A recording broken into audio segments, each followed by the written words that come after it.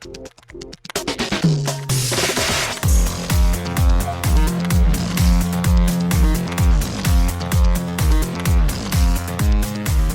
and welcome to Too Fast, Too Forever. There's all kinds of family. We chose this one. This is episode 308, Too Fast, Too Furious, Lap 13. I'm Joey Lewandowski.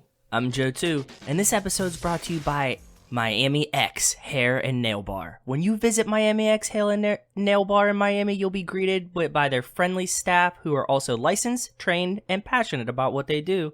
Shout out to Miami X. Well, shout out to Miami X and welcome to Too Fast, Too Forever with us today to talk about Miami, the most Miami of movies, and a movie that inspired, a lot of things. And we've talked to this guy before about his game, and there's a lot of Too Fast in the game.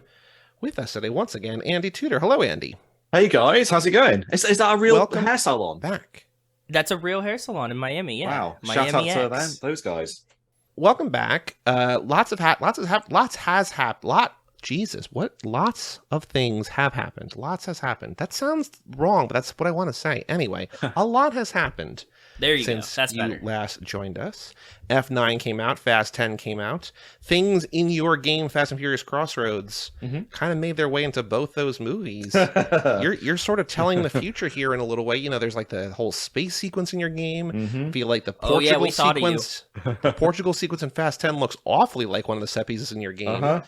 Are they stealing from you, or are you just letting them borrow, or is it mutual? Like what? Because I feel like we got the game was like a trailer for these movies in a way. Yeah, I mean, if you want to get into that straight away, let's do it. So, oh god, let's rewind time to when we were making the game, and so we were making it after. Well, we were kind of making it during the release of Fate. So we went to watch Fate all as a family, a dev family, the team. And if anyone's listening to this at home, you can drink whenever the word family comes up in this podcast. So, assuming as they say it's a million times in the latest movie. So yeah, Fast 8 had come out, and we knew that Fast 9 was on the way. And whilst we were, kind of trying to think of how we outdo a nuclear submarine and all that kind of stuff, we were coming up with ideas like, how can we pay homage to the first movie? How can we pay homage to the second, the third, fourth, fifth, all that stuff, etc. To the point that we were coming up with ideas, and both Universal and Tyrese were kind of looking at us and kind of going, you should speak to Justin Lin about this. Like, you got some great ideas here. As they were coming up with ideas for Fast 9, because, a lot of the sequences hadn't been nailed down at that point in time. The script was essentially, Dom's got a long-lost brother, etc., etc., etc., and please insert, amazing action sequence here, right? So as we were coming up with ours, because we had to design them and build the levels and all that kind of stuff, yeah, the feedback was, as I said, both from the cast and, the executives at Universal was like, you are not stepping on the toes of movies here, but you are definitely in line with the movies about where they're going. So, at the time, you say about them going to space. Yeah, I mean, we kind of sowed the seed of, all we wanted really was a larger physical object than a nuclear submarine. So we were like, right, SpaceX, I think I said at the time, SpaceX was launching the Falcon 9s, these huge objects, loads of thrust, loads of fire. It made total sense for that to be like the next giant object in a Fast movie, in a faster franchise title, and that's why we got that. But knowing as we started to hear that they were actually going into space in Fast 9, it almost then made complete sense as a stepping stone to introduce you to the idea of space, and something going into space in the game, and then for them actually to go do it in Fast 9. So yeah, that's how that kind of came around, and it was kind of like a thing that happened in parallel, but also something that just completely complemented the movie in the end. As like a fan of the movies, because I think the thing that came through the loudest and the clearest when we talked to you a couple of years ago about the game was that you're like a fan of these movies, a fan of the franchise, knowing where they're going. Like, you're not really directly involved. You're talking to the guys who are making it, but like, Is it tough to know so much about the stuff that's not out yet? Like, are you bursting at the seams with secrets as you're waiting for F9 and Fast 10 to come out? Yeah, I mean, absolutely. But to pull the kind of like the wall back, they don't know themselves a lot of the time. True. Yeah. They know where the story's going, but and that's kind of one of the kind of double-edged swords that we had with the game as well. Like we didn't, that's why Dom wasn't in the game for a while, and because we didn't know whether Vin was going to kind of give it his approval. We didn't know whether Vin was available, because he was doing other things. We didn't know if he was interested, and that's why Dom played Dom played less of a role in the game until there was confidence that actually, you know what, I think Vin will like this, and then we could put it in front of him. And then as soon as we did, then of course he loved it. He's had his kids playing it, and he wanted to be in it more. He was like, hey, there's not enough of Dom Toretto in this game now.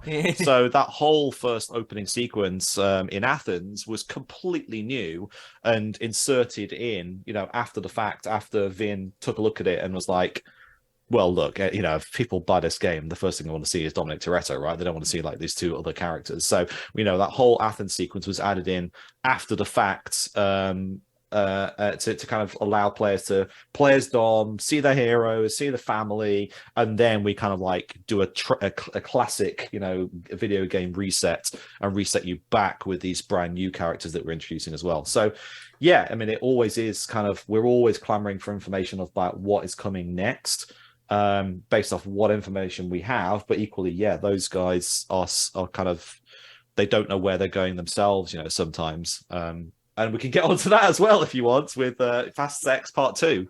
Ooh, I mean, yeah. So we're here to talk about Too Fast, but I do want to talk about Fast 10 because I we had talked about when I was reaching out about different movies, and like you've been tweeting at us in the weeks leading up to Fast 10, and so excited for the thing and like sharing some news and stuff. So I want to talk about Too Fast for sure because that's what we're here to talk about. But I also do want to talk about Fast 10 and also Fast 10 Part 2 and also Hobbs too, because there's a lot coming down the pipe. Yep. Especially if this writer strike ever ends. But I guess let's talk about Fast 10 and Fast 10 Part 2 first, and like anything you want to go, like initial reactions, thoughts, theories, stuff you've heard, rumors, anything you can share, just whatever you want to go, wherever you want to head from here. Let's start with Fast 10. So I really liked Fast 10. I don't know what your guys' reactions fans, was. Big fans, right? Okay, and a lot of our fans are very, very pumped on it too. Yeah. So, if you can think of what we were just talking about right now, there's a sequence in the movie where a giant sphere goes tumbling through, something, which, that's where we kind of, had that with the Eclipse device. There is a shootout in a quarry as well, which again, we had. The quarry made me think of you, bud. It absolutely did. As soon as I saw it, I look at Joey in the theater and I'm like, this is Andy. There you go. The cannon kind of car, like, inspired that too as well by kind of like the kind of gadgets we were attaching to the cars, in the game as well. Tiny Tej, the remote control car. So interesting thing here. When we were coming up at the end of the game, we wanted some way for like Dom or some other member of the family to come back at the end and be the cavalry, right? So at the end of the game, it's Letty, Vienna, and Cam, and they're heading towards the shuttle, and they look at it and it takes off, and they're like, oh my gosh, like how are we going to stop this thing? And then of course the cavalry comes. So that cavalry concept was in discussion for so long. We knew it had to be Dom because Dom's the hero, but we also wanted it to be somebody else as well. So for a time, we were going to have Ramsey come back. So that would be a surprise. Like, hey, a brand new family member, like not somebody that we've already seen, but a brand new family member.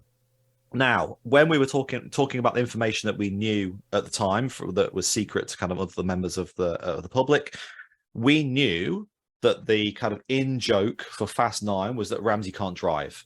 Right, so because we've never seen her drive, because she's always in a car with Tej, right? Her and Tej are always partnered together. You never see her behind the wheel, and therefore the in joke was that for Fast 9, you'd find out that she doesn't know how to drive, right? So we said, how can we get around that? And the concept there came up of, why don't we have you controlling a remote control car?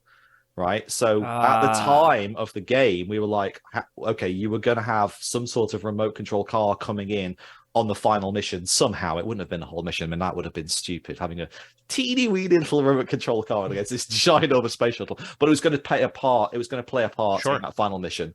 And so again, we knew about that in advance, and we didn't use it in the end because it was just unneeded. Like, we'd already sowed the seeds that that Dom would have a heat-proof car from being blasted in that very first mission, and, you know, being set on fire by the tank. So we already knew that fire was going to be a thing. So we sowed the seed there. So it made complete sense that Dom, like, takes all that information, comes back with a heat-proof car right at the end, and that was good enough. Also, let's not forget Jacob might have heat-proof car technology at the end of. Oh, we've been pitching this too, you know yeah. I mean? Right, yeah, exactly. Because we, you know, I don't know if you know anything, I don't know if you can say anything, whatever, but like we've been talking about how it's strange that Jacob, like 20 minutes before he quote unquote dies, is talking to Little B about like, you know, I was always scared of getting in cars because my dad died in a car in an explosion, and like now I'm not scared anymore. It's like, well, what if you death-proof your car? You know what I mean? So like, especially, I think that might just be wishful thinking because we love John Cena in the new movie so much, but you know, we also, you know, didn't see a body, and as you know, as everybody knows, if you don't see a body, even if you do see a body sometimes, he's coming back. Even if Jacob's coming back, I'll tell you that right now. Yeah, Jacob's coming back. You know, and also they've had reinforced. When they landed the cars in Furious 7, they had reinforced chassis as well. So that technology's there, and all that kind of stuff. The helicopter, you know, on the causeway, absolutely. You know, we were going to have. It was towards the end of development, and we were trying to just do as much as we can to up the action in the game. And I remember saying, like, helicopter, and having made racing games previously, we had tons of helicopter assets lying around, from flying around in the sky, you know, like news helicopters or police helicopters, whatever it may be. So it seemed like an easy ask. Hey, let's get a helicopter in the game so we could do something with it. But again, you know, we didn't due to time. It was quite late in development, and of course, production were like, "No, Andy, like, stop! Like, we haven't got time for that." So it's like, "Yep, completely understood." And then I guess we can go into Fast and Furious Crossroads 2. Okay. No, this is what I wanted to ask you about. This is what my mind has been blown since you tweeted at us. I need to know the details of this Jason Momoa stuff, please. Yes. So Crossroads 2 was going to be called Crossfire. So it was like Arkham Knight, Arkham Asylum, Arkham blah blah blah. Sweet. Like okay. The word Arkham was going to, you know, their key that was built on, and the same with us. Like, it was going to be Cross. So the next one was going to be called Crossfire. And for Crossfire, the concept was that in the first game, we clearly state that Ormstrad is the bad guy has been a man who has wandered the earth and had many children from various other, you know, people and stuff like that. And therefore, for the sequel, we were going to bring in his twin sons were going to be the twin sons of Ormstrad from one mother, right? Sure. Because twins is something we've not really seen in the franchise before, and if it's all about family, you've got to think of every combination of for sure right? family, Yeah, you know, this makes a ton of sense. Stepbrothers, stepsons, adopted daughters, you know, twins, etc. So they were going to be identical twins, and we wanted, of course, to have somebody that was going to be physically equal to Vin Diesel, because we were going to introduce on foot sections. So we're going to have chases on foot as the movies, if we know, we're following the movies here. So the movies like gravitated towards on foot gun action stuff in Fast 5, and then continued on like that since. So in the second game in Crossfire, we were going to introduce on foot sections. So we were thinking, yeah, you know, you want to have fights, and therefore we need an actor, a bad guy as good as Vin Diesel. So we were looking at Jason Momoa there because, you know, John Cena had been used in Fast 9, and various other, you know, big guys like The Rock and Jason Statham were already in use as well. Yeah, we're running out of muscly guys. Yes. Yeah. So, you know, in that game, you know, we were going to go back to Miami, to where Vienna and Cam could, like, you know, right at the end of the game, they say, like, can we go home? We're like, yep, we're going to go home. So the second game was going to start in Miami, and then you'd find out that the Ormstrad twins were basically had followed them there and destroyed everything they had in Miami.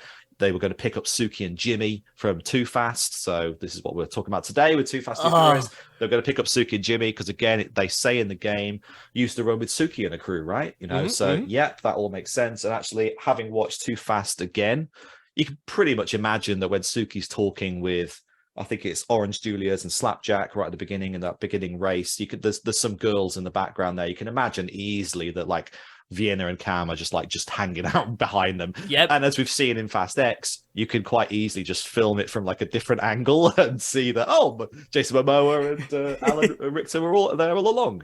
So yes, it's made completely sense. And then we were going to go back to Tokyo because I think in most minds, Tokyo Drift is the kind of weird one out of the group of movies.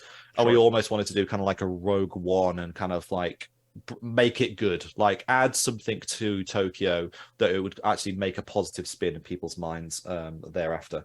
So yeah, you know, the kind of Crossfire and Fast X kind of worlds were intertwined. You know, definitely I very much with the sequences in it, with the concepts we didn't use that they then actually used in the end, with Jason Momoa being in it, and you know where I think Fast X Part 2 will go.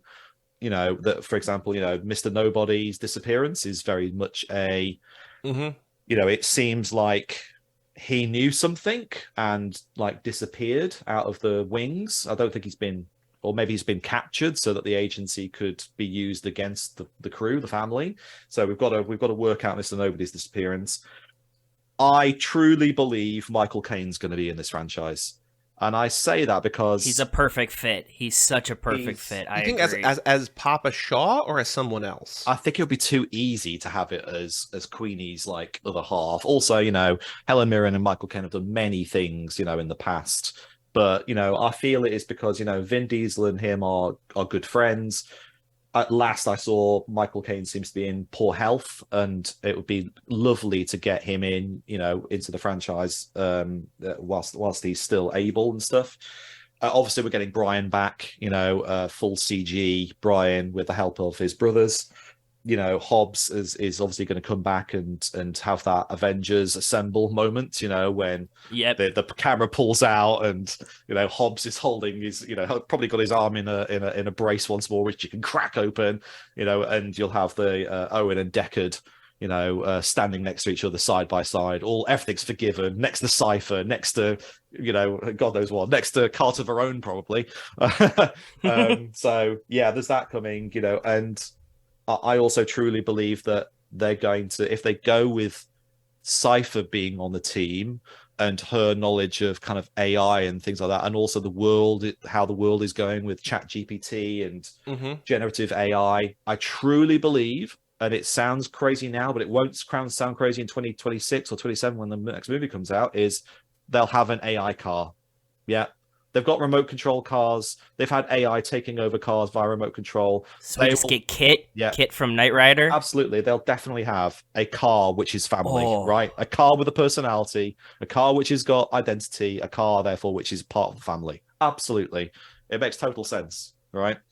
That does track. Yeah, we haven't said anything about that yet. My brain hasn't gone there. Well, this week, as we're recording, there's been news that, like, Elon Musk has said that Tesla's valuation is directly tied to whether or not they can crack self-driving. Like there's like the level, because this is something that, you know, my boss has talked about for years, like there's 5 levels of self-driving. Like level 5 is like the whole, like there's no steering wheel in the car, like you're just a car that brings you around, and like that's the goal for it, because whoever can do that like kind of wins the game and becomes like $1 trillion company. And so as someone who like didn't buy a car or lease a car, because I'm like, let's see where the world is in 3 years, and it turned out that the world was exactly in the same place, and I was just like, all right, now I guess I'll buy a car. I know that like around the corner there is like an AI car, there is an autonomous, there is a thing, and just because she already has like the, you know, the zombie cars in Fate, right? So like going to the next level and bring them onto the team. There's going to be a sequence where Ramsey and Cypher work together and they create essentially like a car which has got its own personality and automate. They put Jarvis essentially in a car.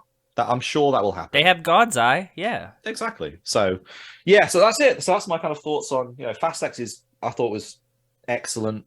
Every sequence was great. Jason Momoa was brilliant, and I hope to gosh they do not dial him down for future movies based off whether Vin thinks he's overacting or not. I thought he was fantastic. He was the Joker.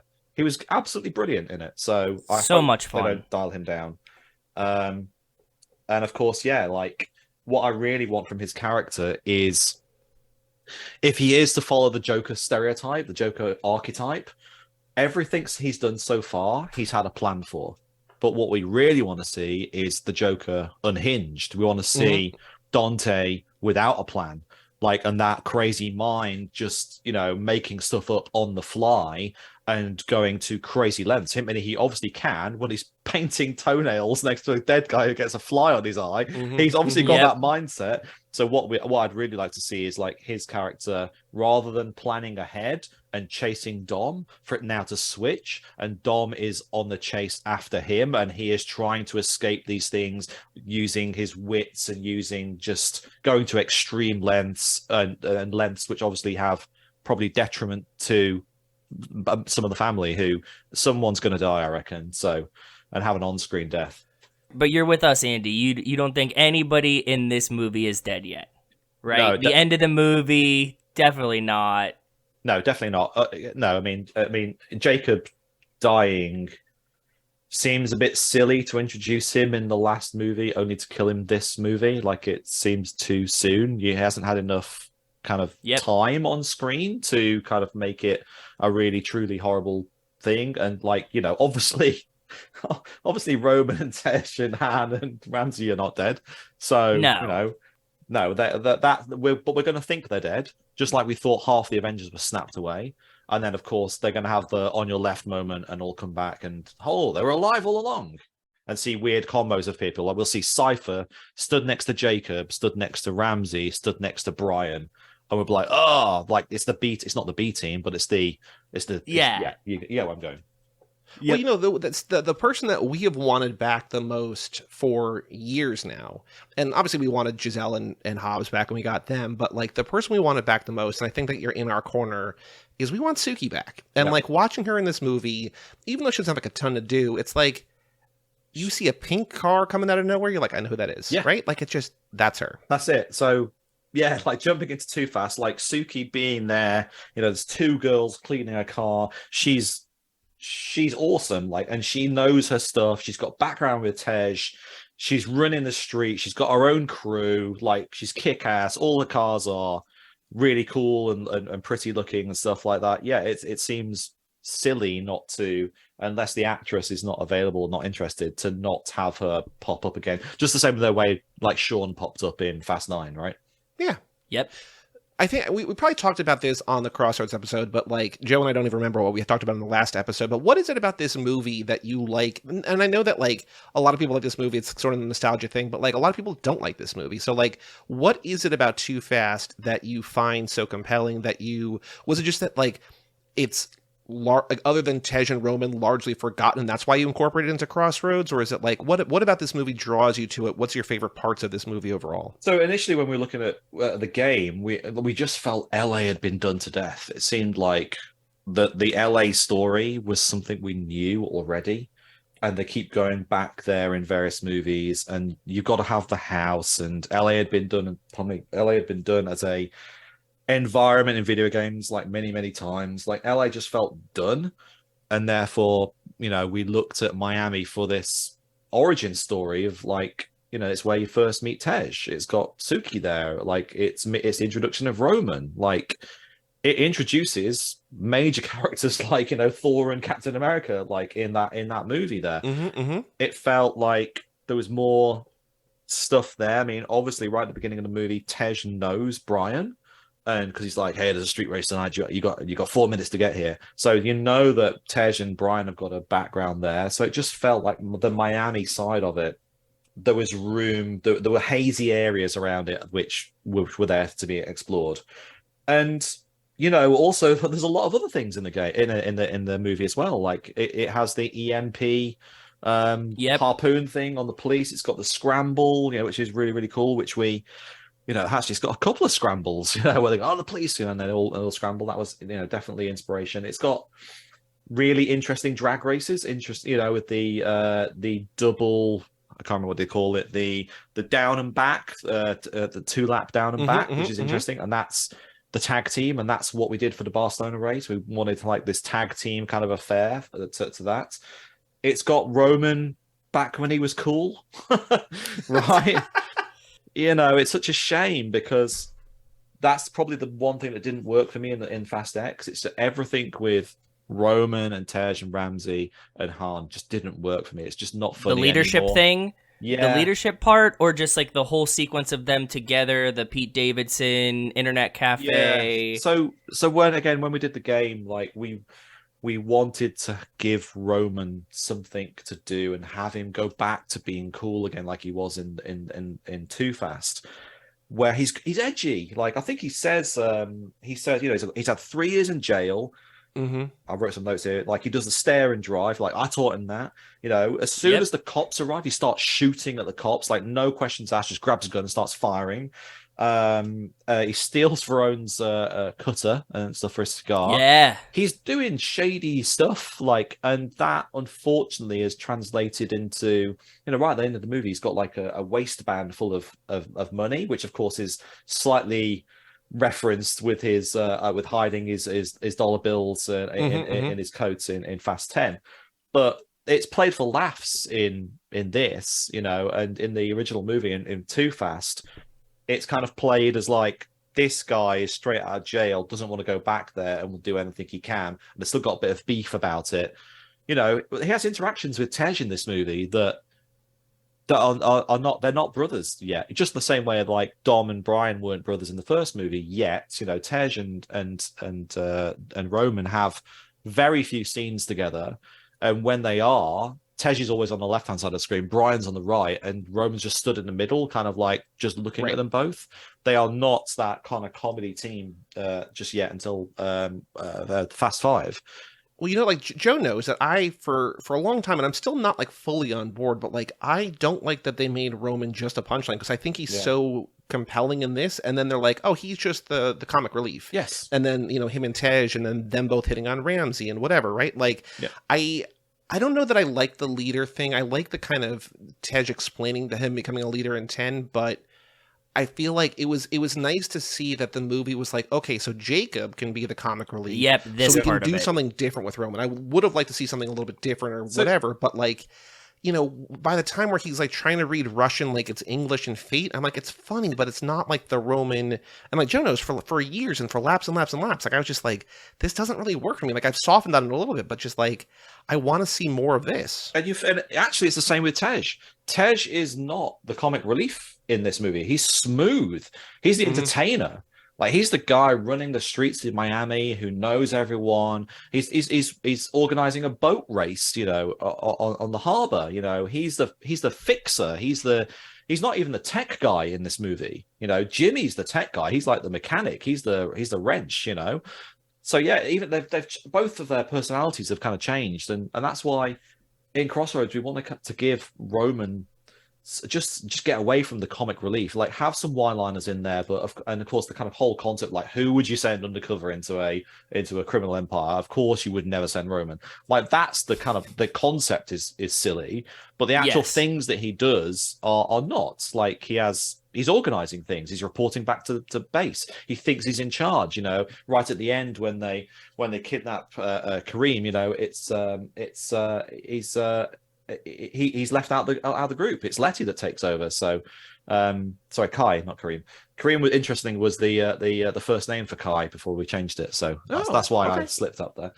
So yeah, he gets left out there, but he's had his moment to shine, and any laughs that we did were really just not comedy lines. They were really just the lines that you as the audience should be saying, just reacting to crazy stuff happening on screen. So we did so many like throwaway lines of like, oh my god, this shit's crazy. Sorry for swearing. Like, oh my god, you can swear. You're fine. Okay, you're fine. So all the reaction lines were basically you as the player, like, oh my god, this is happening. Like, oh my god, watch out, and that kind of stuff. It was very much like throwaway crazy lines. And when he was like dying in the backseat and Dom had to take him, like there were so many lines we did there of, I think they're all randomized in the game, but there's so many lines which are just little callbacks. It's like, oh, sir, tell Brian I love him. It's like, I ain't going back to Barstow and things like that. All lines that are linked to, tell Tej I love him, and like not to look in my second drawer down or something like that in my bedroom or something ridiculous like that. They were all links back to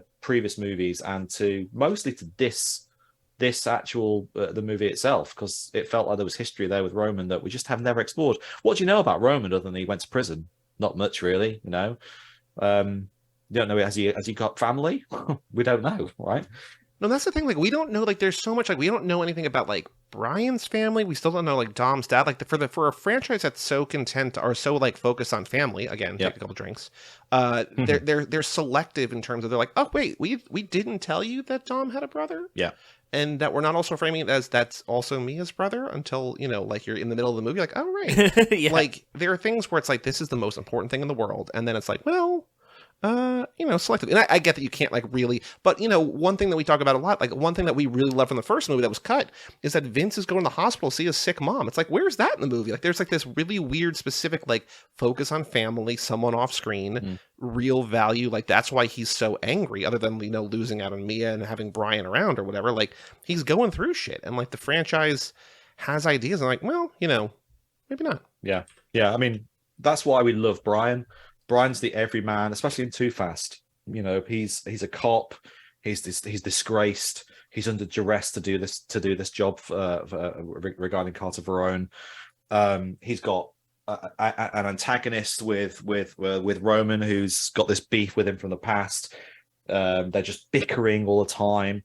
There's just so much banter and so much kind of lightheartedness and arguments and conflict. Like, Brian is infinitely a more interesting character than Dom, you know. And what I would love to see, which they haven't done and they've running out of time to do, is mix Dom with other characters. Like, have Dom going on a mission with Ramsey, have Dom going on a mission with someone that is not part of his, with him and Han.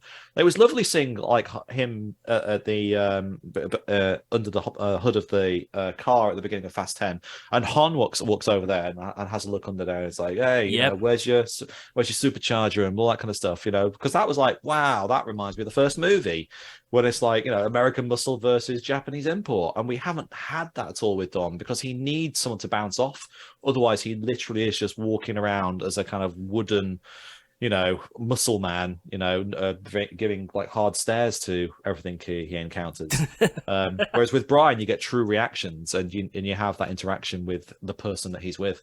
Well, I want to see Dom with other people, but I also want to see like just mix everybody up, because I feel like, you know, we've talked on here about like, are they testing to see if they could do like a Roman Tej Ramsey Han spinoff? But like, I don't know if it's like, you know, complacency or just like they've deemed it to work best, but like they just keep splitting off into their own thing, like for several movies in a row. It's like, yeah, they work well together, but like I'd also rather see like Ramsey and Mia or something, you know what I mean? Or like Ramsey and Dom or something, just like see what works. Because I think, and I don't know if that works for everybody, maybe it just works more for, you know, me and Joe and the people who listen to the show, that like we're so deep into this that we just want to see sort of weird things. We're like, we get it, like that's what they're doing. But people who watch us once are like, oh yeah, I know those guys, whatever, right? So I don't know where in the movies Tej becomes the tech guy, because he's definitely not that in Too Fast. And I would love, therefore, like Tej should be running race wars. In this movie, he's running the streets of Miami, as I said, like he's running boat parties, he's opening bridges, he's an entertainer. He should be running race wars. That's what Tej should be doing. Yeah. If you were to carry his character on from here and evolve it, but it didn't. He evolved into the tech guy, and they've got Ramsey as the tech girl, and they share a car a lot of the time. They just feel like they're intertwined as one. And I don't know why is Tej constantly. He wants to marry Ramsey. He's obsessed by her. Whereas in this movie, I think is he going out with Suki or not? I'm not sure, but it's pretty obvious. He's really into Suki, and it seems like Suki's like maybe it's mutual into respect, dudes or whatever, right? Yeah, but right. But there's, you know, it's obvious Tej is a ladies' man. In fact, in Too Fast, Brian's sleeping with Fuentes, and it looks like Roman has got an eye for her as well. So yep, it seems like we lost all kind of romance from the series. The movie's got a lot less horny, Dom for and sure. Letty. Right? Yeah. Dom and Letty are the only romance allowed in this franchise now. And we talked about this recently. Like, the romance isn't romance. The romance is like literally procreating. Like, it's having sex to make more family. It's not like, hey, I'm so attracted. Like, everyone in these movies is so beautiful. It's not like, hey, like, let's hook up because we're both the most beautiful people in the world. It's like, hey, let's hook up to create more family. Exactly. Like the fact that Dom says, like, is anyone in here yet? In Fast 10. Yeah. Like, it's like, hold your horses, Dom. Like, it's any family that you do have seems to get in trouble, so I'd maybe hold off a little bit. Now, Joe, it's the first time we're seeing Too Fast since Fast 10. What popped out to you? Anything that new that stood out to you, struck out to you? I had to look up when this movie came out because 20 watching years ago, it, right? 20 years, but like specifically because I remember going to see this movie like as school was just ending. Like school was letting out for the summer. So like feeling that feeling right now, knowing it's like in June and like watching the movie today hit really well for me. Just like, oh, it's summertime outside in the window. Like they're in Miami. It looks hot. Like these kind of things. I was like, oh, I really, really enjoy this time of year for this movie. Because it doesn't always line up that we're watching this at the beginning of June, you know? Because there's people soured on Too Fast. Some people do, some people love it, but because it's not like universally regarded, I was thinking about how many great lines there are in this movie from this one that are like so much fun. And as much as we say that like there's so much ADR in this, and like Paul Walker and Tyrese must have been like hungover all the time because there's like lots of reports that they were just partying on set all the time, that I'm just like, him doing the impression of Carter Verone, like, I'll take my cutter back. Like, that thing, like, well-delivered line. Yeah. Hilarious. And, like, forget about it, cuh, is such a classic line. I was wrote like, that down on. as well. The amount of times they go, cuh and bruh, I was like, wow, that's aging it. Although that's coming back, though. It just, this movie hit really well for me this time. Maybe not in the context of Fast X, but just watching it, I was like, I'm enjoying this. I was thinking about how, like, when we made, because we did something... We put something on Twitter and John Brooks responded to us, and I was just like, I know that like these are not his movies, but like I can't imagine watching this movie for the first time and just not enjoying it. And he was so not on board. Like by the end we kind of got him a little bit, but it's just like this movie is so dumb and so fun. Like this time around, I'm just like, I can't imagine watching, like, never having seen any of these, or just never having seen this and watching this and not liking it. Because like, yeah, it's dated, but like it adds to the charm. I think I also know that my brain is broken to these movies, but like, I just think it's so fun. And like, I think it's also directly fun. Like, not that we don't like the new movies, but like they would never do the stare and drive in a new movie. No. Like, they would never be like, hey, let's do a weird thing and take up 2.5 minutes doing this thing. They would never do the rat now. The rat is the most horrific thing I've ever seen. Like, if you thought that the guy wrapped in tape that Dante has and the fly was bad, like, you go back, this rat was disgusting. So yeah, true horror there. That might be the only contender, Joey, as we're going back through this, because we were like, that might have been like the most gruesome thing they've ever done, like Dante with the fingernail painting. But the rat in the bucket has been pretty terrifying. One of our listeners emailed in a while ago saying that his girlfriend could not watch this movie because that scene, she wouldn't even go near the movie. Like, even knowing roughly when the scene would come up, she just wouldn't watch this movie at all because she couldn't deal with the rat bucket. We're like, yeah, like it's menacing. But yeah, there's so many good bits. The basic concept of having to do something you don't want to do and having to keep yourself undercover when you don't want. That's a great. That's got a lot of conflict and potential for things to go wrong right there. So the whole. How many strangers are in people's cars in Too Fast, Too Furious? There's so many people jumping into other people's cars in this game, in this movie. At the end, the Camaro that we put in Crossroads obviously comes from this, and it's Brian who's driving, but actually the car belongs to Fonzie. I think he's called Fidel, who originally has the car in the movie. Yeah, so you've got that going on. You've got when the Carter's audition that he makes them do, grabbing the cigar in the Ferrari. That's where we got the idea for the audition for Roman having to go and pick up Salome in Crossroads in New Orleans. The backwards driving in the game came from this as well. Like, we wanted when he turns around and flips him the bird, we wanted that ability for the players to be able to go 180 and kind of drive backwards. And I think it's done in some other movie as well. Definitely a bit in Fast 5 when the cars need to be quite nimble as well. But I do like, in the new movie, we just talked about this with Kara, that like they make such a big deal of like, with the bomb rolling through the streets of Rome, no casualties, no one was hurt. And in this movie, we literally see a racer getting run over by an 18-wheeler in a test and we're fine to pick up with a cigar cutter. And we're just like, that's fine. And like, not only that, but like Brian does the 180 flipping off Rome, and like less than a minute later, he's like, I know that guy just died, like in a gnarly, gruesome death, but I'm gonna flip off my friend here. Yeah, I mean, they're obviously same scene in Fast X. They obviously make I mean, they destroyed the city, but as long as no one died, then that's all right, But that's a sanity thing to make sure that everyone knows that Vin Diesel isn't a killer, right? Of course, But really, you think, hang on a minute, there's millions, if not billions, worth of destruction that's just happened, and seriously, no one got injured or died like crazy. Like I know that like it's a cliche by this point, be like, I can't believe like these movies have gotten so crazy, but to watch like 10 and then 2, like we watched 10 last week, we watched 2 this week, it's like, they've gotten real crazy. How is this the same franchise? Like, I love them both, but it's like, these are radically... And, like, also just, like, the fact that, like, instead of starting in the past, right? Like, Fast 9 starts in 1989, right? And then Fast 10 starts in, like, 2013 or whatever, 10 years ago. And then here, just, like, we're going to have a race. We're going to have a cool music laying down, and then we're going to, like, slowly ramp up and, like, have Brian race here, and just, like, it's, like, such a different introduction and entrance to the movie. And, like, not that one is better than the other, but, like, I miss this. Yeah, I mean, I was looking at the timestamps as I was watching. The first race goes on for like 13 minutes. It's the whole opening sequence. It's the whole titles. It's the introduction to Miami, introduction to new characters, the introduction of Brian again. It's a good 13 minutes. And then another 10 minutes later, you've got another race that's happening, another car action, sequence happening. And I think there's about 6 in Too Fast. If you go backwards from the boats, and then you've got the scramble, the jump, the audition that you have, there's like 6 good action sequences in a shorter movie as well. Only an hour 40. Yeah. So they last 10 minutes each. 10 times 6 is 60 minutes. 60 minutes worth of driving in the movie. But that's what they were back in the day, right? So different era. Yeah, absolutely. What other notes did I have? I have a question for you guys. What do you think Bilkins was doing on his day off that he was wearing that Hawaiian shirt, the parrot shirt? Was he fishing? What do you think fishing, he was doing? 100% Florida fishing. Keys, right? Absolutely. Yeah, or I on think one of those so. hovercraft things. Like a fan boat? Yeah, something like that. Yeah. I don't know what they're called, though.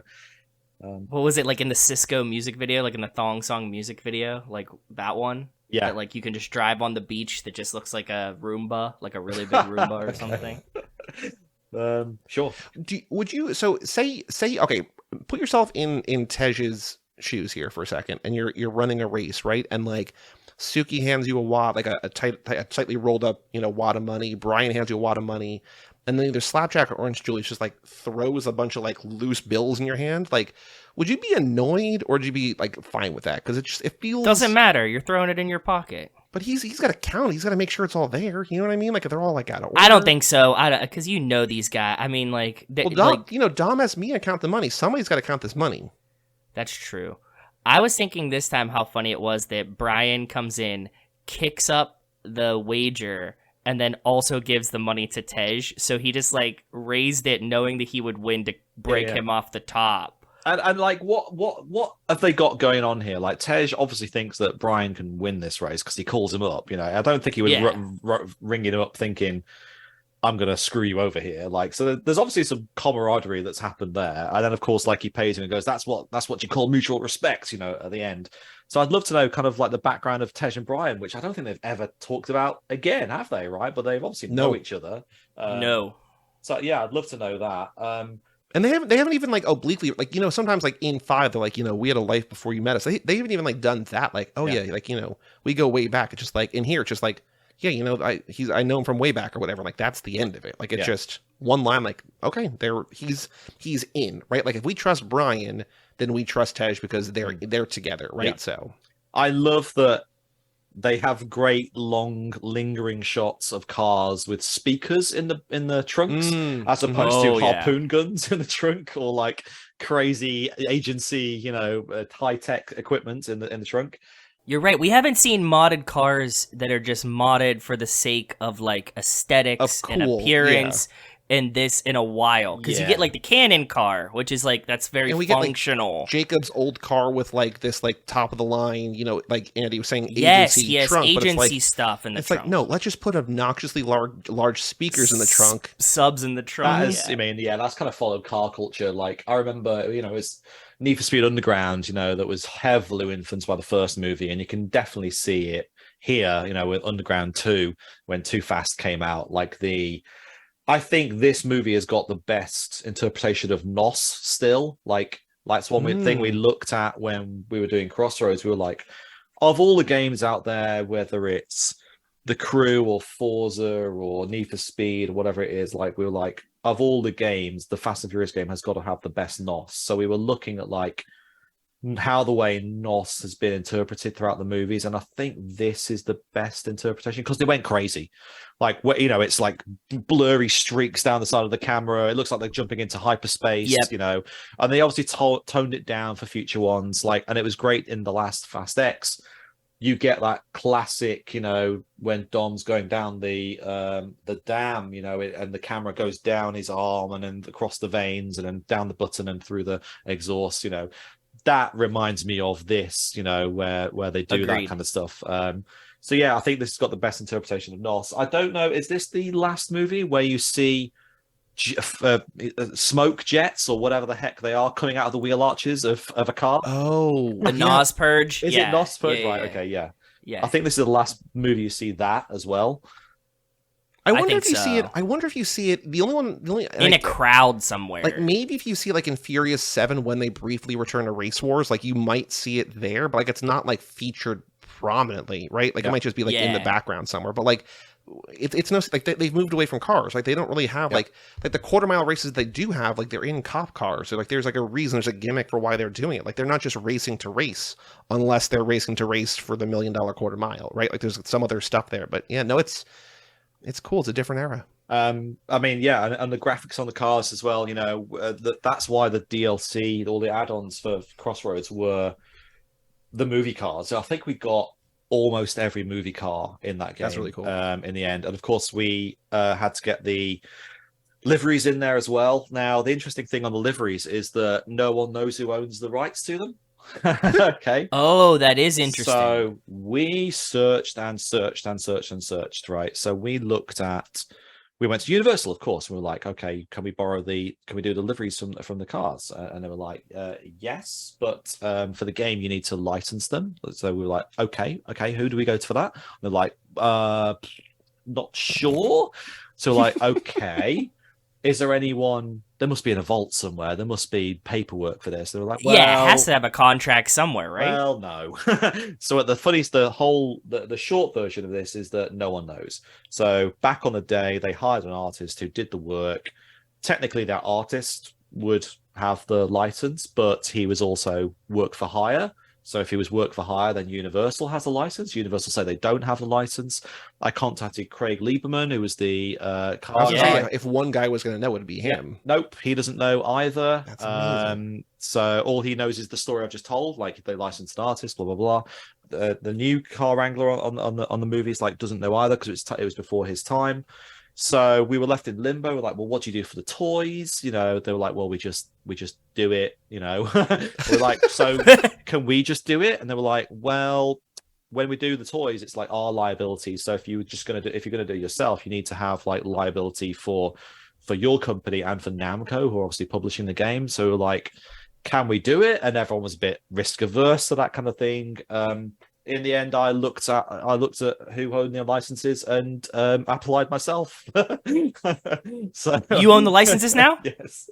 Yes. That's awesome. That's so cool. I mean, not that I can ever do anything with it, but in the end, it just turned into a statute of limitations thing, and yeah, there we So, go. so here's a question. We just had our voting for the Too Fast, Too Forever Hall of Fame. The episode came out in the last week, depending on where you listen to it. But do you have a favorite car, and do you have a favorite livery in these movies? Because I know that they're, like, in my brain, my dumb non-car brain, like, I link the two. I'm like, well, I like this car because I like the color. Number one, I like the design of the stickers or whatever on the side. But do you have it could be the same thing or it could be different things. Do you have a favorite car, and do you have a favorite livery in these movies? So, I mean, yeah, absolutely. So there's actually a few. So the one that no one will pick is the yellow and black. There's a Mustang in the back of Tej's garage. There's a 2005 Mustang GT, and it's up on stilts being worked on in the background, and that's my car. So that's super cool. I remember. Yeah, yes. yeah. So I love that. But of the movie ones, there's quite a few because we had a great big Google sheet of all of them, like religiously went through the movie and picked everything it was. There's a Louis Vuitton one in the background. It's like a two-tone.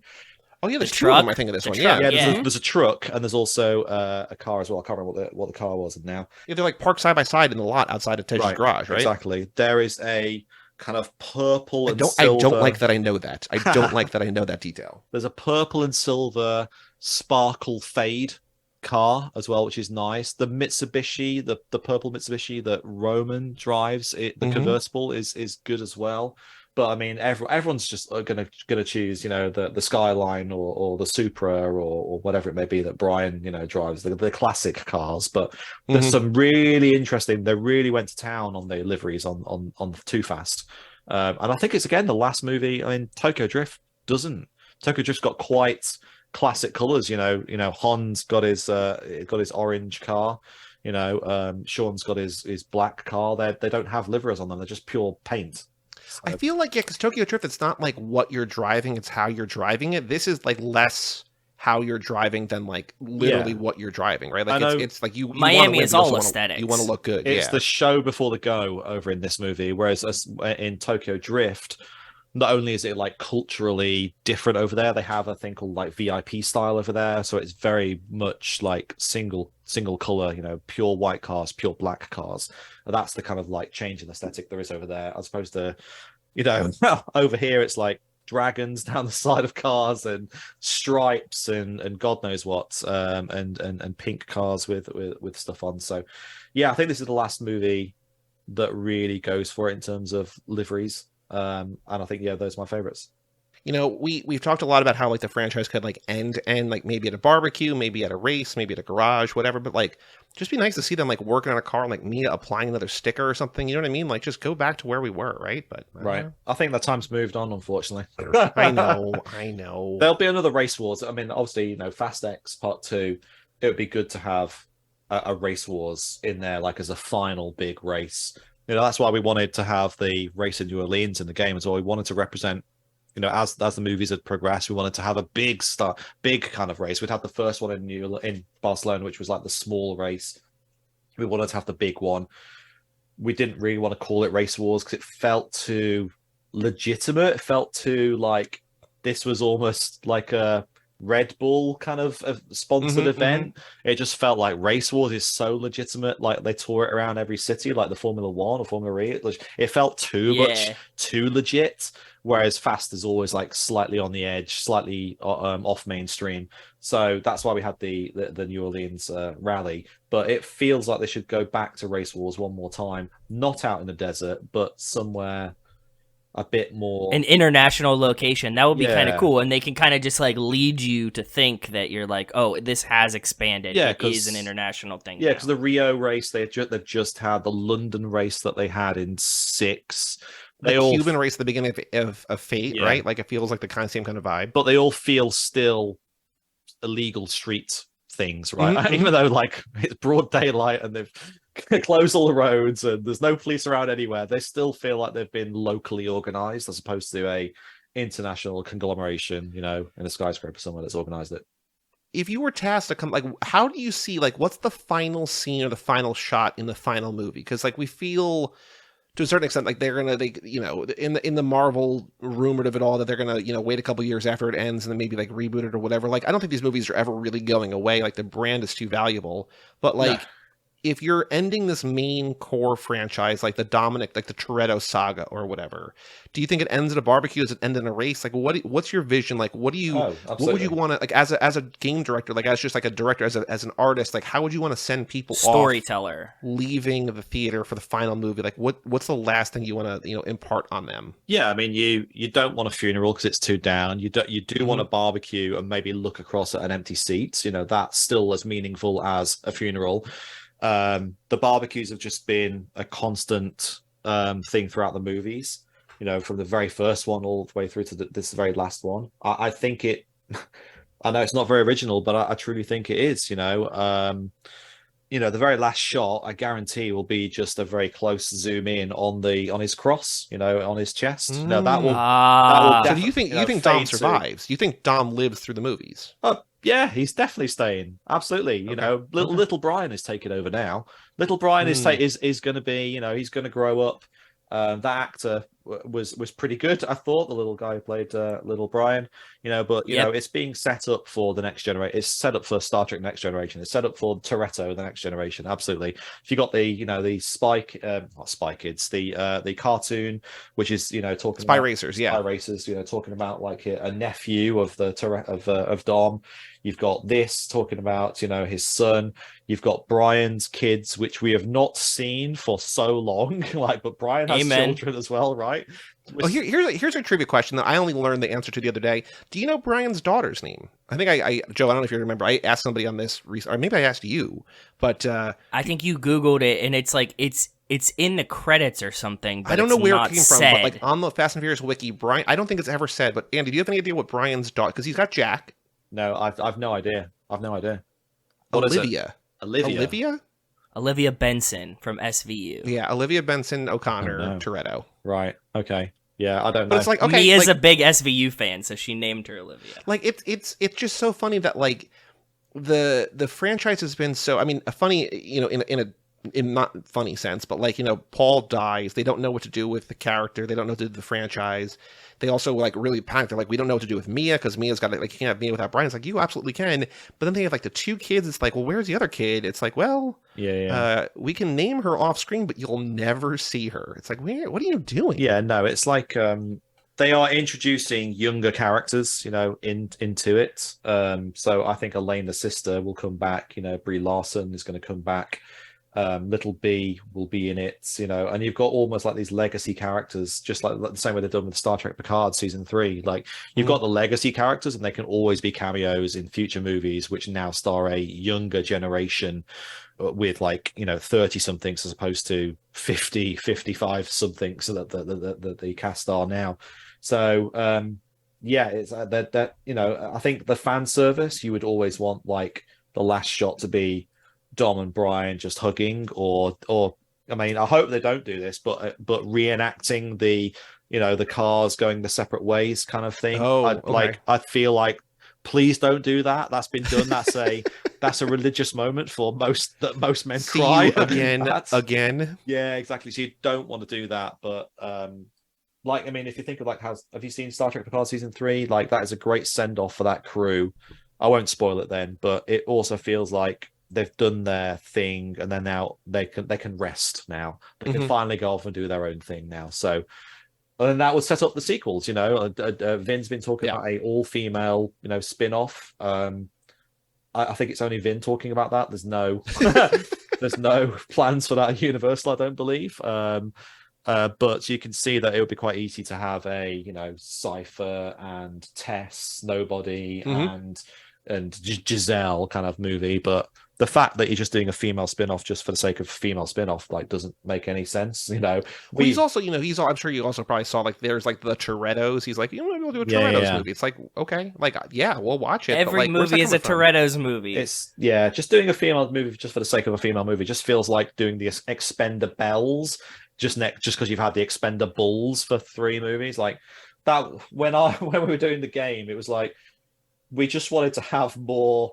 non-male representation. That's all we wanted, because at the time it was just a load of bald white men, so We just wanted to have more non-male representation. That's all. We never thought of it as like, oh, it's all going to be female-led or non-binary led or whatever. Like, we just thought, no, let's have cool characters who are tropes for the guys in the franchise. But it was never an intention to, like, oh yeah, we're going to have Letty and who's Hispanic, and we're going to have a person of color in there as well, and we're going to have a non-binary character as well, and we're going to be making a statement. It was like, no, we're going to make interesting characters, right? And it turns out as it is. We got a lot of praise for that. As opposed to purposely going, we're going to make a female movie. It's like, we don't want I'm sure women don't want a female movie. They just want more equal representation. They want in the existing a good movies. movie with good representation. Exactly. Yeah. So. Joey, you didn't ask Andy our question.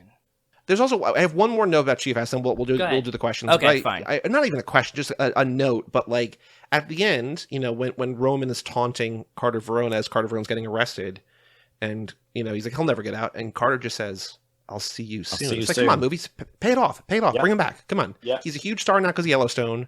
Bring him back. People be like, "Were you in these movies?" He's like, "Yep, in 2." They're like, "Didn't see that one. Doesn't matter. Just bring him back." Yep. So in Crossroads in the game, we were thinking like, who's the bad guy? So we did think of Braga, but bringing and Carter Verone. And Carter Verone just felt too. The movies have moved on since then. He's not high level enough. He's just a drug runner as opposed to a megalomaniac trying to take over the world or something like that. So Carter Verone was talked about before we moved on. But yeah, I mean, they're bringing everyone back now, and you're right at the end of this movie, he just sat there. I think he's arrested and he's got blood on his face, and he just goes, "I'll see you soon." And it's like, okay, 20 years later, he should be out by now. And as you say, he's still a recognizable actor. He could have got his own crew together, etc. He could be a friend of Dante's, etc. Absolutely. And I think it just adds another string to the bow. I think he'd be a cameo. It wouldn't be. Sure, yeah. Because what I fear what I fear and what I hope doesn't happen is that, Vin feels like Jason Momoa overacted, dials his part back, and in the next movie, almost like Thanos, you kill him straight away and then reveal there was someone behind Dante pulling the strings. Right. I hope that, because that's what Endgame did, right? Thanos died pretty instantaneously. And then they had a whole other mission after that. I don't want that to happen. I don't want the reaction from Vin to be Jason's overacted, stole my thunder. I'm going to dial his role back, and then we kill him straight away, and all of that is for nothing. Well, there's also the fear that I had recently where I was like, because everybody's like, you can't make him family, and Joe had this theory that Mr. Nobody was evil, and what if the agency is evil, and if the agency is evil and they turn on Dante, then Dante turns family. I don't want Dante to be family either. I don't want them to kill Dante. Yeah. I don't want them to be family. Let's just ride it out. Let him be the villain. So, and what's going on with the naming of the agency?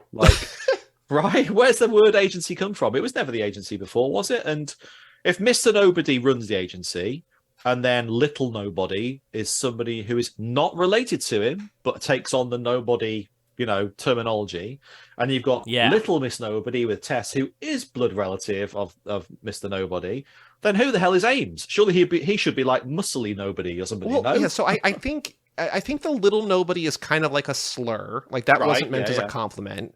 I don't know why Ames calls her Little Miss Nobody, because it's like he's meeting her for the first time. But I think they know each other. Yeah. They definitely know each other. They've been to work functions. They go to the Christmas party. Right. I think it's Mr. Nobody who's the only one without a name. it's a shadowy.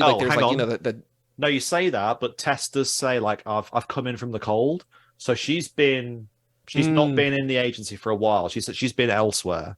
Well, she's probably been with her dad. Yeah, well, maybe. But he said that we'll find out. The disappearing act, so who knows? But because I think Mr. Nobody is maybe the odd duck out there.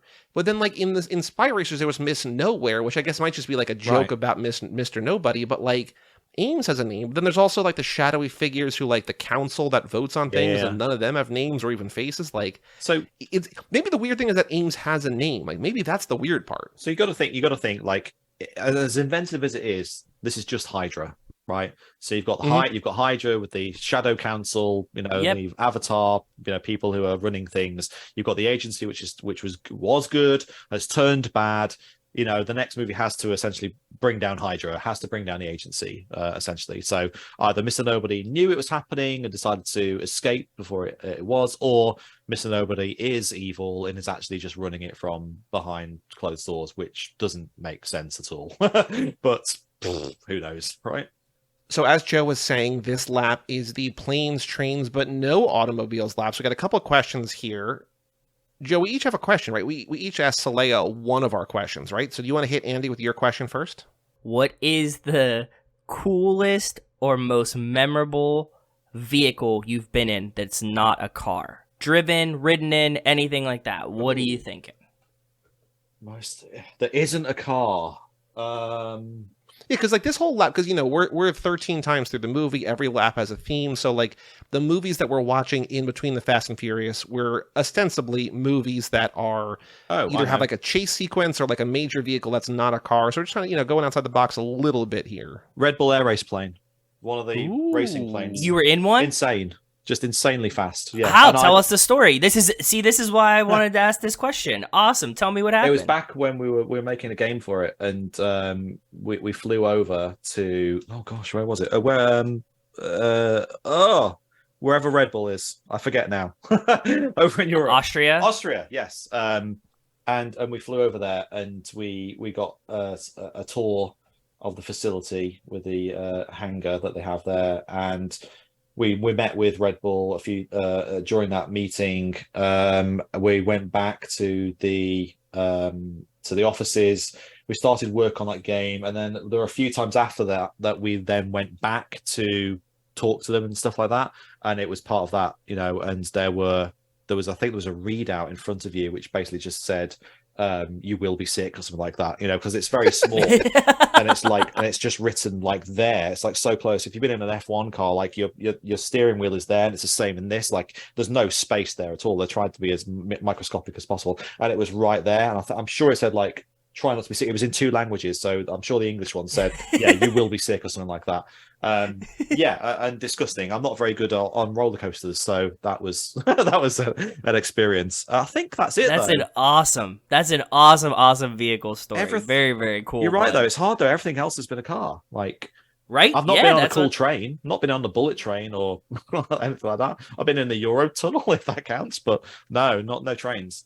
I think my question, and Joe, if I got my own question wrong, correct me. But is my question, do you have a favorite movie? Is that my question with a non-car like a? Oh yeah. Was that my question? Like it was like, what would you add to the plane, trains, and no automobiles lap? Yeah, like a movie that either has like a cool non-car vehicle or a chase scene or anything that just prominently features something that's not a car. Does it have to be a movie? I mean, I grew up with. It could be. I grew up with a show, it could be a game, it could be any kind of media.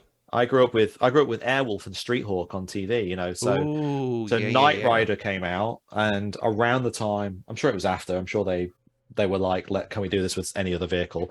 Airwolf was out, and that was a helicopter that looked like a shark in the sky. It looked amazing. I vaguely remember this now that you're saying this. Great theme song. And then, of course, that did very, very well. Jean-Michael Vincent was the star of that as Stringfellow Hawk. And then there was a TV series where they were like, anything else we could do? Any other cool vehicles? And they did Street Hawk. And Street Hawk was the story of I think it was a disgraced cop who was given a cool high-tech bike, which looking at it now is like, it's so bad. Oh, yeah. It's so bad. But at the time, this thing looks sweet. Yeah, but at the time, the bike, it still is. Yeah, the bike like hit hyperspace. They'd press a button on it, and it would go through the streets with the kind of like speeder bike esque or Nos from Too Fast kind of effects of the city going past it. So TV definitely. I'm trying to think of a movie. Top Gun Maverick, the Mac. Whatever it is, the Mac 13 plane or whatever it was, Mac 9 plane, whatever it was. That was pretty cool. And Stealth, the movie Stealth as well, which everyone hates, but actually it's got Jessica Biel in it and someone else as 2 pilots of a experimental driving like a smart plane, flying with a smart plane that kind of takes over, right? Yeah, that was that. I mean, it's not a great movie, but I remember that the look of that plane being quite cool. Yeah, there's some good ones out there. Pivoting back to this movie for a second, we have another, on a related topic. Hey, Dom, what's on your road? So this is where we just recount things that aren't cars in this movie. We got Carter Verone's yacht at the end, famously. Definitely, classically. famously. Oh, we got Stealth, by the way, directed by Rob Cohen, director of the first Fast and there you Furious go. Then. Oh, I didn't know that. There's the connection. Starring Josh Lucas, Jessica Biel, Jamie Foxx, Sam Shepard. Oh, Josh Lucas, that's it. Yeah. So we definitely got some jet skis, yep. right? We got multiple boats. So we got Carter Verone's yacht, but we also got some speedboats. We got a houseboat that Brian's on. Mm-hmm. Helicopters, multiple helicopters. All the helicopters you've been tagging all their call signs here, right? Yep. There's one moment when they come when one of the cops goes, a helicopter goes past, like, and they go, "What was that?" Like, it's a helicopter. Of course, it's a helicopter. You've not heard a helicopter before. What do you think? It's not a helicarrier from Avengers, is it? There is a plane when Monica Fuentes pops out of that box truck in that airstrip warehouse place. There's a plane being worked on or something, both outside and I think inside too. So there's definitely they're on like an airfield there. Okay, and the cops stopped the jet on the airstrip too. Mm-hmm. Something that I thought, okay, this was a question. I don't know how you guys will think this plays, but when the cops are preparing to go to the airstrip, they have like a camper / RV. Does that count as not a car vehicle? Because 18-wheelers were counting as cars. Andy, we've had like, not that I shouldn't have expected it, because like everything on this podcast is not necessarily an argument, but like what we think is going to be a clear answer or a quick answer is never easy or clear or quick. But we're like, what is a vehicle and what is a car? And these are like existential questions that we don't have answers to.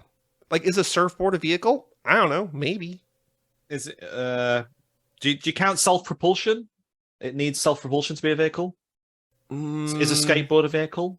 Well, a bike is a vehicle. Skateboard, we say yeah, because you could get around on a skateboard. Oh God. Okay, you can use it as a vehicle, not like as a toy. Okay, so that's why it gets blurry. So it's an item that moves you, which gets you somewhere other Point than your A feet to B. does. Okay. Yeah. Okay.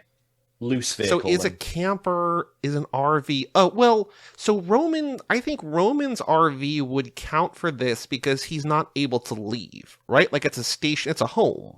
Yeah. Well, that's not a vehicle then. It's a caravan. And the caravans, if you've ever watched Top Gear, are not vehicles or classed as any kind of car or indeed should ever be on the earth.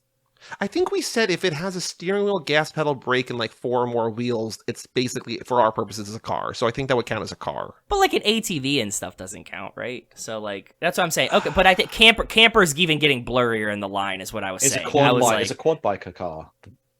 That has brakes, that has accelerator, 4 wheels? No? This is a fun time vehicle that doesn't count. It's a fun time vehicle, not a car. Okay. Yeah.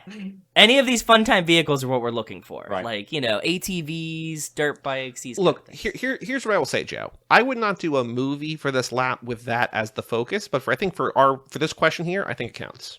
Okay, so then camper and RV, and at the end, although not running, when they're leaving the airstrip, there is a school bus abandoned. I did see that, yes. Very exciting. I can't wait to get that in a minute. You missed a bike right in the opening. Which bike?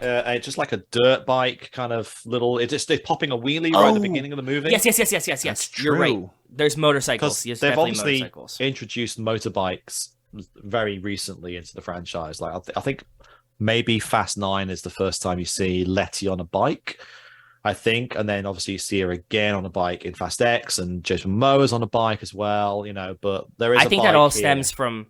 I think that all stems from how awesome Idris Elba looked on a bike in Hobbs. Right. Oh, of course. Yeah. Idris has got his like transforming bike as well, doesn't he? Yeah. Yeah. Okay. Andy, how many times do you think you've seen this movie? Too Fast. Especially with the research. Yeah. And do you think, is this 10? Movie you've seen the most? No, less than 10. Oh, okay. So we're okay. Less than 10, but more than 5, I think. Yeah. Which of the Fast and Furious movies have you seen the most? The original one? Or if it's not this. So for research, we saw Furious 7 and 8 the most. I mean, we've had it on. Really? Okay. Oh, it was on constant loop. I've scrubbed through that timeline on my computer so many times, those movies. But the one I've watched the most, I mean, I've seen Fast X twice already, so it's already starting to count that one up. Once in theater, once at home. Actually, I'm in the previous one. That's 3. So, yeah, I think it's got to be the first one or the 5th one. Yeah, I've seen Makes sense. I've seen Good Tokyo Drift a couple of times just to go back and refresh myself on, is it bad? Like, is it good? Like, I don't know, and We love it here. yeah, We're big fans. it's definitely up there. Do you want to get into the list then of ranking the movies? Yeah, do you have new rankings? I I got new rankings. So when you were on last, Mhm. you had ranked through Hobbs and Shaw. 9 and 10 had not come out, so you don't have those ranked. Oh, but damn, I need to put Hobbs and Shaw on here then. Oh, okay. so Hobbs and Shaw has been dropped by a lot of our listeners. Like, we're not dropping it, but like a lot of listeners, like, it's not. So what's interesting? Right, I've added it. Okay.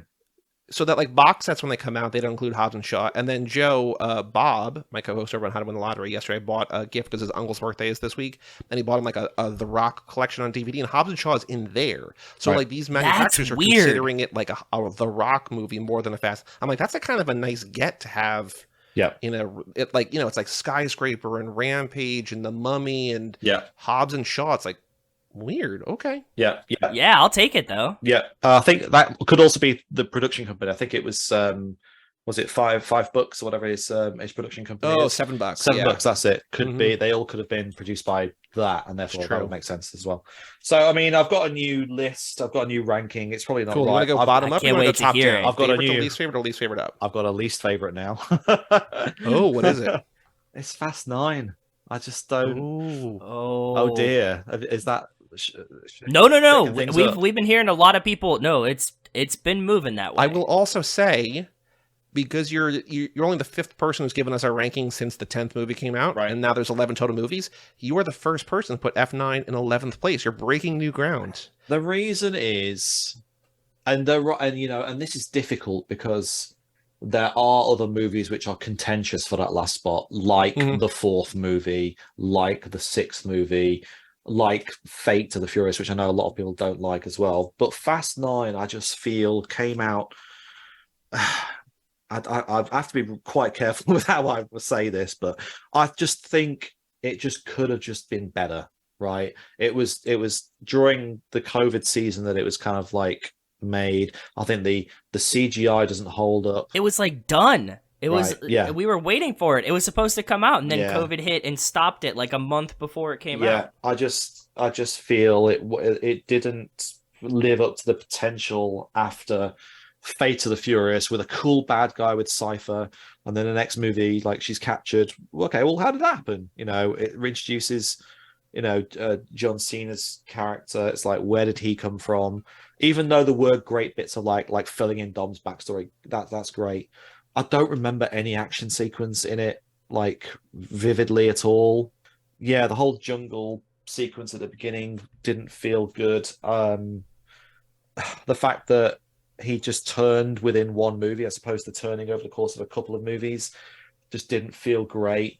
Yeah, I just don't think it did anything except bring Han back, and that was really the only good thing. And what have they done with Han in this movie? Nothing really. He had a brief moment with Jason Statham, but even that was weird with Jason Statham. Like, all right, Mum, and off he goes in his own car to obviously go off and have his own movie with Luke Hobbs as well. But I just feel like F9's down there, and then it's really I think it's 4 after that. Fast and Furious. It's great that everyone's back, but Dom and Brian aren't kind of brothers right until the end. That's the only real thing that happens there. The chase sequence through the tunnel is good, but there's a lot of things there that just they're not particularly interesting. I think you're then on to maybe this movie or Tokyo Drift. I know Tokyo's low there, but I think compared to some of the others, Too Fast and Tokyo are maybe interchangeable for some people. Then you're probably on to Hobbs and Shaw. I don't think it's a movie that anyone's going to go back and watch, even though it's got great Besides us. It's got great moments. Great moments. Great banter. Great chemistry between the two leads. Cool bad guy with Idris Elba. Like, bits that I recognize, from it. But then it also went into Hollywood mode by, with Kevin Hart and Ryan Reynolds and all that kind of stuff. It just felt like people calling in favors on that kind of stuff. And you don't actually need it as part of the main timeline to actually to understand anything. You've got the original movie then, which I think comes in right dead center, right dead middle, which is fair. It's an old movie. Everyone loves it. Everyone's got great passion for it. Would I go back and watch it? No. Would I watch it more than Hobbs and Shaw? Maybe, just for nostalgia factor. Okay. And then we're going to... I think it's also, but not to interrupt you here, but I think that like what's interesting is that you're definitely a newer action more than the Cars kind of guy, and even that couldn't raise F9 or Hobbs and Shaw into like the upper echelon, because you have the ones you have left are 5, 6, 7, 8, and 10. Like those are all the modern new movies in your top 5, and like even that, just like F9, nope. The reasoning, my reasoning for the bottom ones is very hazy. It's just because they just don't have as much. The nostalgia for them isn't as great. The movies have moved on since then. And my reasoning for the next lot is very specific, though. So Furious 6, I think, has fantastic action in it, like Fast 5 and Fast 6. You know, a Furious 6 first. I think it's got the great tank sequence. It's got the plane sequence. It's got great moments with Han and Giselle, like great little moments there. It's got a great bad guy as well. I think it's just got the bridge sequence with the tank bursting out of the carrier. They're fantastic. You know, I think Furious 6 is great, and I think it's because, you know, it was going to be a 2-part movie, so they crammed so much into that, you know, movie in one. I think you've got Fast X comes next. Like, really that's good. really high. It's up there. I think, although, you know, that's right 3. in line. All the rankings we have so far, either it's at 4th or 5th. Like that's where people have it falling. Right. So you're right in line. I agree. Great bad guy, great sequences. The bits that don't work for me are truly only the Tej Ramsey Roman stuff. Then we've got Furious 7, which means, and the reason for that is, again, bringing back Jason Statham. You know, the bit with when he's on the plane with Cypher killing Elena. You know, it's just great. It's just great. When Jason Statham is trying to rescue the baby and going Coochie Coo and all that kind of stuff, you know, fantastic. You know, I love all that kind of stuff. And then, of course, that means Fast 5 is the top one still, which I think most people say. Hard to argue against. Where do you Fate? Oh, Fate. Just above Hobbs and Shaw, actually. Like it's down there. Like it introduces a great bad guy with Cypher. It's got the zombie car bit. Gotcha. Again, it feels like we know our characters. Don't make them, you know, change much from how they are. We don't introduce anything new to them either. All we have really is a great bad guy for that. But, you know, they bring back... Is that the movie they bring back Owen Shaw? No, it's the 7 is they bring back Owen Shaw, don't they? When he No. He's in Fate. He helps. He pops onto the plane at the end. That's it. Sorry, yes. Deckard. Yeah, that's it. So, yeah, you know, I think... Yeah, Fast 5 still is the... But yeah, 5 is number 1 in its rightful place. Yeah, but Furious 7's got, you know, like the skyscraper jump. It's got... Sure. Yeah, it's got the end of Brian. You know, so yeah, I think 7 and 5 are number 1 and 2, definitely there. For sure. Yeah. Very, very cool. The only thing we have to do before we pack up shop is this ain't no 10-second race, aka boy, do we have a podcast for you. Joe, do you think it was going to do something else or no? No. Oh, I thought you looked sad. No, I didn't look sad. You were like cheering and then just no longer cheering. All right, good. Okay. No, I remembered I didn't get a tweet yet. Somebody. You're like, oh, I didn't do that. Okay. Boy, do we have a podcast for you. Come and check out our show. Yeah. So, Andy, this is where we go on twitter.com, aka the Bird app, and find anybody tweeting about these movies, and we respond to them as Too Fast, Too Forever, trying to get them to watch the show. Hilariously, comically, never actually succeeding. What can you do? Last episode with Saleha Blancaflor, I found Sa at Ray Daisy, who said, bring back Tess for Fast 10 Part 2, please, with a video of Brie Larson in the bar with a shotgun. And we said her story is not nearly done. We can't wait to see more from her. Boy, do we have a podcast for you. Of course not. Why would someone who loves Tess and loves these movies respond to us talking about Tess? Swing and a miss. Joe, you found Iron Metal Man at Aldo Metal Man. Hashtag Fast X, hashtag Fast and Furious, hashtag Fast 10 was excellent. An easy 10 of 10. Great part 1 of a finale. Hashtag Jason Momoa. Easily the best villain in any movie in a long time. Just choose it up. Can't wait for part 2 with the additions. Definite argument for hashtag Fast Franchise being one of the best ever. We said we were also blown away by hashtag FastX. Second, your take on Momoa. And we also can't wait to see what's next. Boy, do we have a podcast for you. Nope. Nothing. And then Saleya found someone at Lauren Hadaway. Joe, we've not had this in a while. Lauren deleted her Twitter. Did not block us, deleted her Twitter. It's better than her getting banned, because we had a lot of those. It got a like, but it was from Jason Rainey. So Saleya, unfortunately, if you're listening, you do not get any points. 0-4-3. So like, and this is what I was trying to because I was like, I've tried to explain this to people recently, and you're like, wait, what is that? And I'm like, if it sounds dumb, it's dumb. We're just finding people who like these movies and responding to them as us. And we're trying to get them to listen to the show, and they don't care. Like, they just don't care. They're going out of their way to go on Twitter and be like, I love these movies. I want the world to know. And we're like, cool, we love these movies too. And they're like, nope. It's wild. So, Joe, you sent me 2. Andy, did you find a tweet? I did, certainly did. And I'm looking at this one, and I think you could base a whole podcast episode around this. Because the tweet is from @Shea Serrano, and the tweet tweet is, here is my best list of everything from each Fast and Furious movie. So number 1, it's Dom's "You Never Had Me" speech. In Too Fast Too Furious, they've only got the title, which is so sad. The title, Too Fast Too Furious, that's it. It's amazing, though. It's a great title. Tokyo Drift, it's Han. Han is obviously the coolest thing in that movie. In 4, it's Brian and Dom fighting. Arguable. Yeah. I think maybe it might be the Mexican tunnel sequence for me in that one. But 5, it's the bank vault heist, obviously.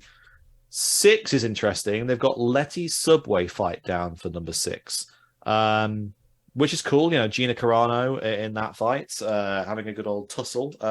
Unexpected, but yeah, I think it does kind of introduce after 5, or it continues on the concept of, you know, street fights and on-foot chases, things like that in the franchise. 7, of course, is saying goodbye to Brian. 8 is the Rock and Jason Statham prison escape. Yeah, maybe. I think maybe it's other bits of that movie are good as well.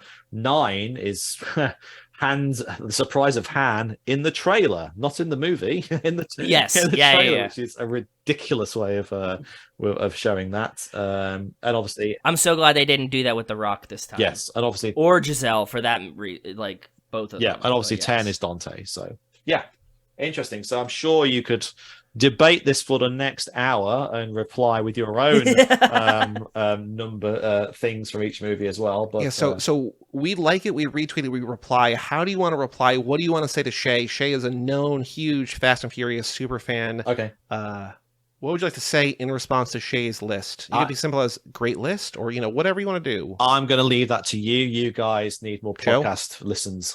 I think there's a lot to love about Too Fast beyond the title. Mm-hmm. Because that's what we were talking about today. That's what was in the list. There you go. I like that. Listen to our episode 307. Is it going to be? Yeah. Yeah. So that's a good one, I think. I did find another one as well, but I think we kind of covered it, which is Vin saying that he promises changes based off fan feedback and denotes a scary path for Fast 10 Part 2. Ooh. Which that's because he heard our episode where we tried to make it a horror movie, Joey. I told you he's listening. I want a horror movie. I want a musical. I want a horror movie musical.